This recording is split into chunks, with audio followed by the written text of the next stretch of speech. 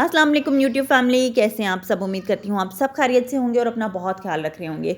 यहाँ आपको मेरे पर्दे दिखाई दे रहे हैं। मेरे कर्टन्स का कलर ना बहुत लाइट कलर का, ऑफ वाइट कलर का है। तो जो लाइट कलर के पर्दे हों, बेडशीट हों, तो आप सब जानते हैं कि उन पर मिट्टी कितनी आसानी से दिखना शुरू हो जाती है।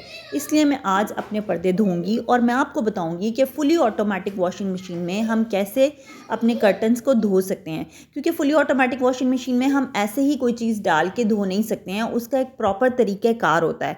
यहाँ आपको दिखाई दे रहा है कि पर्दों के अंदर लकीरें बनी हुई हैं। ये पानी के निशानात हैं जो एसी में बारिशों के दिनों में रिसने की वजह से आता था।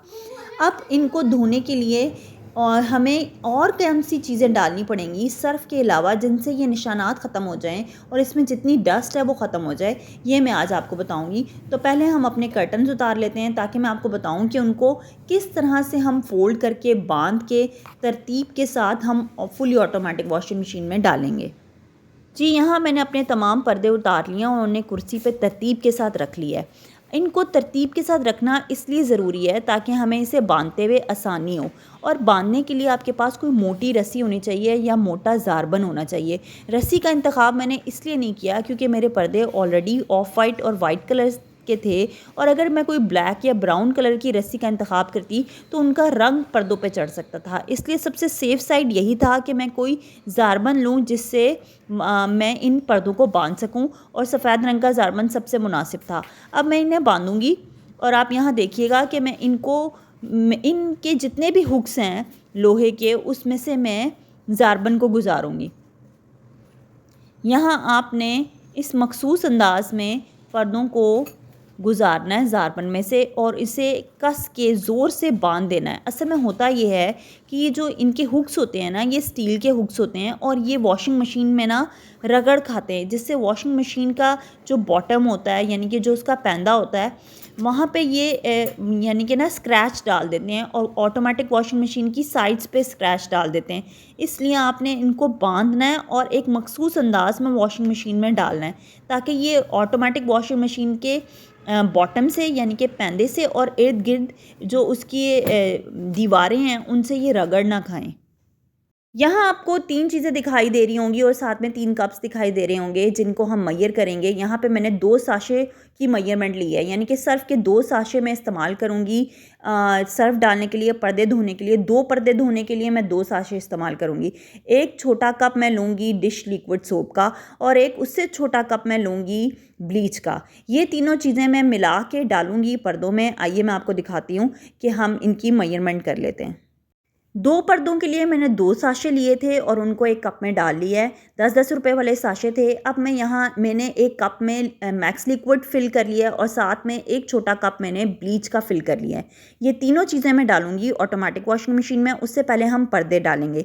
यहाँ देखिए, मैं पर्दे डालूँगी और उसे जो, यानी कि उनके जो हुक्स थे ना जिनको हमने बांधा था, उसको हमने बीच में रखना है, और ताकि वो इर्द-गिर्द की दीवारों से टकराए नहीं और ना ही ज़मीन से टकराए। अब यहाँ हम 3 बातों का ख्याल रखेंगे। पहली बात ये कि आप देख रहे हैं कि मैं ऑटोमेटिक वॉशिंग मशीन में किस तरह से पर्दे डाल रही हूँ ताकि जो हुक्स हैं वो बीच में रहें और वो दीवारों से ना टकराएं और ज़मीन से ना टकराएं, ताकि हमारी ऑटोमेटिक वॉशिंग मशीन को कोई नुकसान ना पहुँचे। दूसरी बात, मेरी automatic washing machine medium size की है, इसलिए मैं इसमें 2 पर्दे डाल सकती हूँ। लेकिन अगर आपकी automatic washing machine small size की है तो आप उसमें एक पर्दा डालेंगी, क्योंकि पर्दा डालने के बाद जब उसमें पानी जाता है तो उसमें जो पर्दे का वज़न है वो डबल हो जाता है। इसलिए आप अपनी ऑटोमेटिक वॉशिंग मशीन के हिसाब से उसमें पर्दे डालेंगी। तीसरी बात, यहाँ मैंने ब्लीच का इस्तेमाल किया है क्योंकि मेरे जो पर्दे हैं वो वाइट कलर के हैं, इसलिए उनको कोई नुकसान नहीं पहुँचेगा अगर मैं उसमें ब्लीच डालूँगी। लेकिन अगर आपके पर्दे कलर्ड हैं तो आप उसमें ब्लीच की जगह सिरके का इस्तेमाल करेंगी।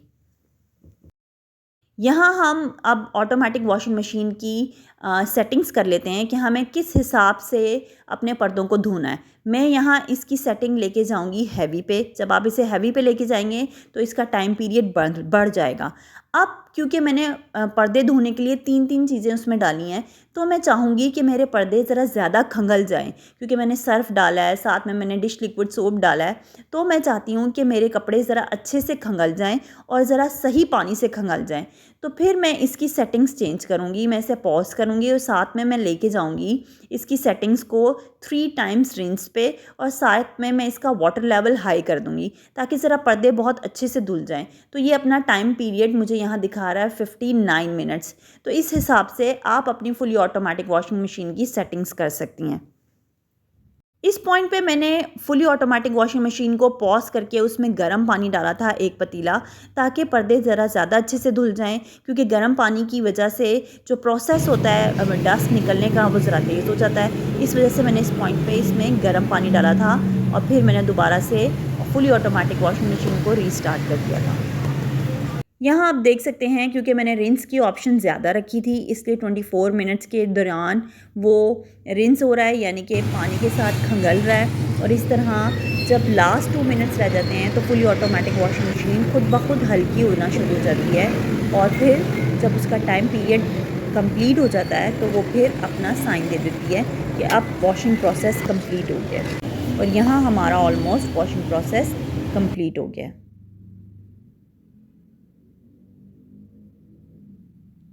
छोटी छोटी बातों का आपने ख्याल रखना है कि अपनी तारों को पहले नीट कर लेना है, साफ़ कर लेना है, क्योंकि जो बड़े शहरों में डस्ट के मसाइल हैं वो सब आप जानते हैं, स्मोक कितनी ज़्यादा है, डस्ट कितनी ज़्यादा है। और वाइट कपड़ों पे या वाइट पर्दों पे जो डस्ट की लकीर है तार पे वो कितनी वाज़ेह दिखती है। इसलिए उन्हें नीट करके आपने खोल के, अच्छे से खोल के पर्दों को फैलाना है, ताकि हमें ज़्यादा आयरन करने की ज़रूरत ना पड़े पर्दों को, और वो बासानी हम वापस अपनी जगह पे उन्हें लगा सकें। मैं उम्मीद करती हूँ आपको मेरी वीडियो पसंद आई होगी और आपको कुछ ना कुछ मेरी वीडियो से सीखने को मिला होगा। अगर कुछ भी आपको सीखने को मिला हो तो प्लीज़ वीडियो को लाइक कीजिएगा, चैनल को सब्सक्राइब कीजिएगा और ये वीडियो आगे भी शेयर कीजिएगा।